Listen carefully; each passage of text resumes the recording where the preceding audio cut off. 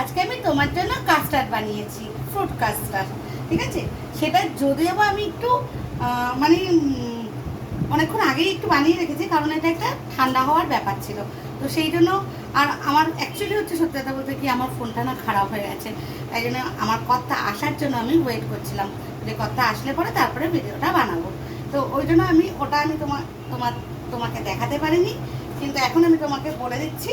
এটা আমি বানিয়ে রেখেছি কাস্টার্ড। এটা হচ্ছে আমি 1 লিটার দুধ নিয়েছি, 1 লিটার দুধ নিয়েছি।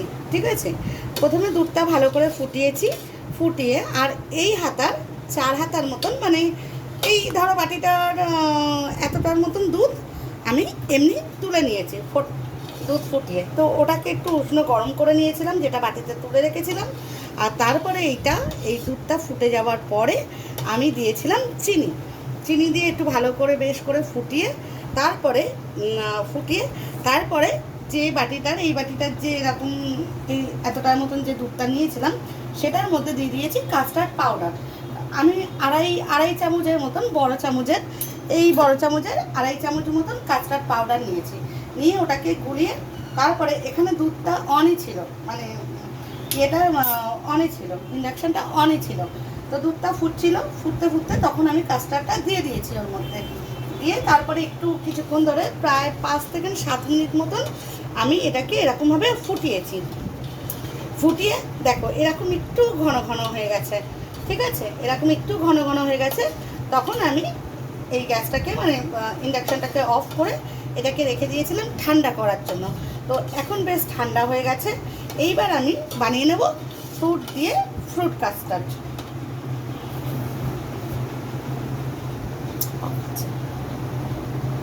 আচ্ছা, এবার আমি এখানে এক এক করে ফ্রুটগুলো দিয়ে দেবো, ফলগুলো। এখন যেহেতু আমের সিজন, তাই জন্য এখানে নিয়েছি আম, এখানে নিয়েছি অ্যাপেল, এখানে নিয়েছি গ্রিন আঙুর, এখানে নিয়েছি কলা, এখানে নিয়েছি রেড আঙুর, আর এখানে নিয়েছি বেদানা। কিন্তু বেদানাটা আমি জানো তো ঠকে গেছি, বেদানাটা একদম লাল নেই। দেখো, যে লাল বেদানাটা হলে পরে দেখতে খুব সুন্দর লাগতো। এইবার আমি এখানে এক এক করে ফ্রুটগুলো দিয়ে দেবো। প্রথমে দিলাম অ্যাপেল,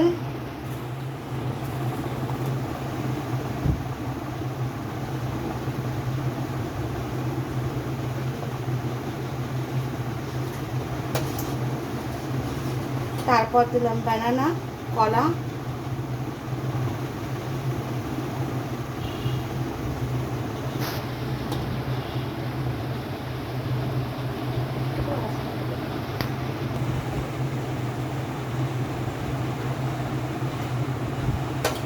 তারপর দিয়ে দিচ্ছি আঙুর, ওটাই রেখেছি। তারপরে দিয়ে দিচ্ছি ম্যাঙ্গো,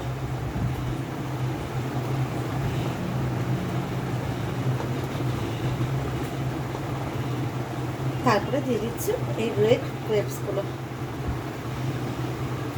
আচ্ছা, কিছুটা একটু যখন সার্ভ করব, একটু ডেকোরেশন করার জন্য কয়েকটা আমি গোটা রেখে দিলাম।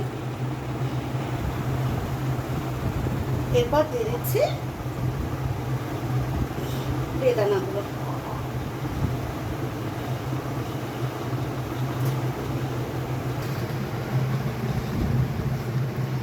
দেখছো, ঠিক এরকম করে মিশিয়ে নিচ্ছি। এইবার এটা একটু আমি ঠান্ডা করার জন্য ফ্রিজে দিয়ে দেবো। তো এই হচ্ছে আমার কাস্টার্ডটা পুরো ঠান্ডা করার পরে ঠিক এরকম লুকস এসে গেছে। ঠিক আছে, আমি আর কিছু মানে দেখাচ্ছি না, মানে আর আমি এখন বাটি সার্ভ করে কাউকে দিচ্ছি না। আমি পরে দেবো রাত্রিবেলা, সবাই একটু খাওয়া দাওয়া করে তারপরে ডিজার্টটা খাবে। তো যাই হোক, এটাই হচ্ছে ফাইনাল লুকস। দেখো ঠিক এরকম হয়ে গেছে, একদম সুন্দর।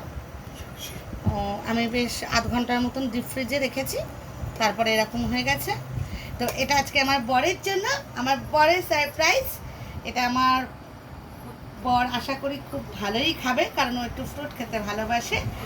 তো যাই হোক, এটা আমার বরের জন্য।